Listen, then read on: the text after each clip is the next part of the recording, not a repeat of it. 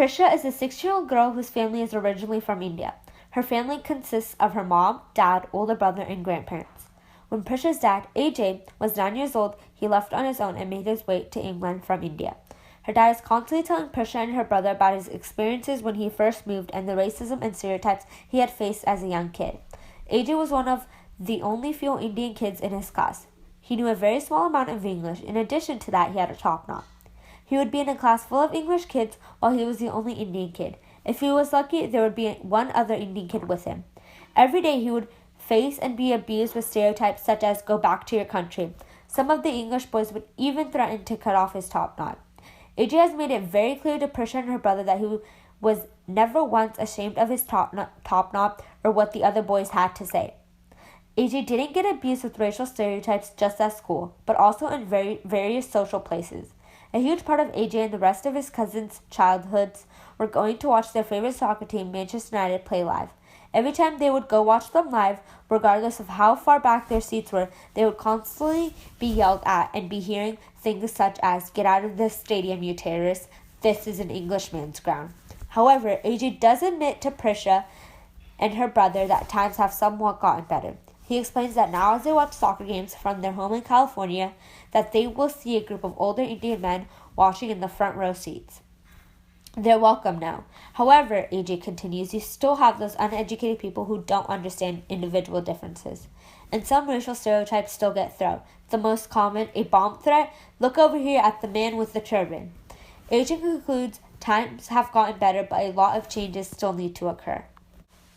Let's take a short break and recognize our partners. Partnering with the University of Notre Dame, specifically the university's counseling center.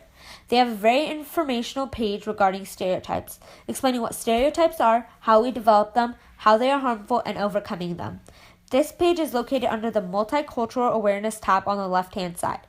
Share it with friends, family, and make sure to spread the word to finally take a stand and put an end to racial stereotypes.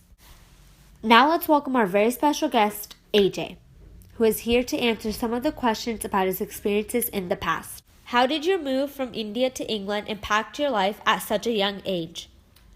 I was 9 years old when I moved from India to the UK with my uncle and with my auntie, while my parents remained back in India looking after the farm that my grandfather had built.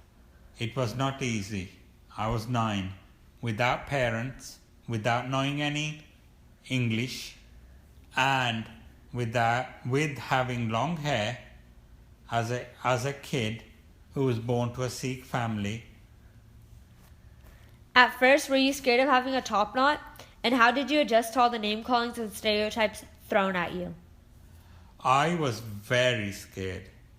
I would go to school each day and have people calling me a top knot just because I had long hair. But having come from a Sikh family back in India, born in a village, I had a very strong mentality. I withstood all the racist remarks and continued my education at school with ignoring all these racist remarks. How does it make you feel that today some are more welcoming of young men with top knots? I am very happy with today's society because most of the people, no matter where, whether that's the Americans in the US, whether that's the English in the UK, are far more welcoming and far more diverse and far more educated in understanding who the immigrants are and where they come from. Do you have any advice for the young men with top knots who get hit with stereotypes day in, day out? My advice to any person with long hair tied, if they do get called names, whether it's at school, whether it's at work, is to ignore what these idiots are saying.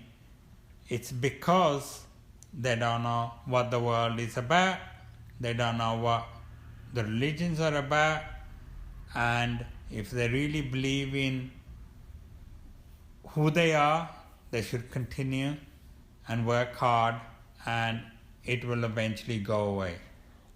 Do you have anything to say to the people who abuse others with racial stereotypes, such as referring to Indians with turbans and top knots as terrorists? My honest opinion these days about people that make racist remarks is that these are uneducated, stupid, literal people. Professionals, normal people do not make those sort of remarks.